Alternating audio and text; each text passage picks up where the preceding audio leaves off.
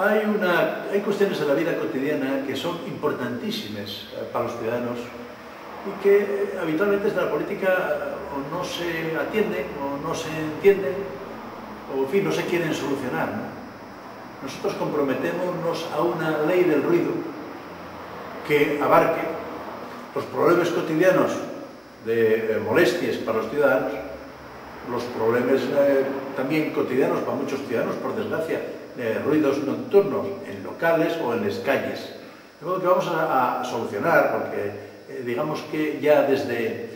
la sociedad griega, ¿no? Tenía un modelo de civilización, el de Síbaris, ¿no? Que prohibía los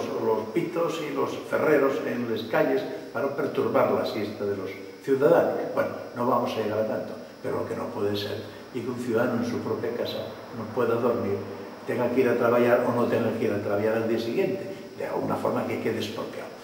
Ese problema vamos a abordarlo en serio porque creemos que los ciudadanos tienen derecho al descanso y por tanto vamos a enfrentarnos con una ley de ruido que trate de solucionar la mayoría de estos problemas que, repito, hasta ahora los partidos políticos, esos partidos políticos no quieren solucionar para ustedes, que son, en último término,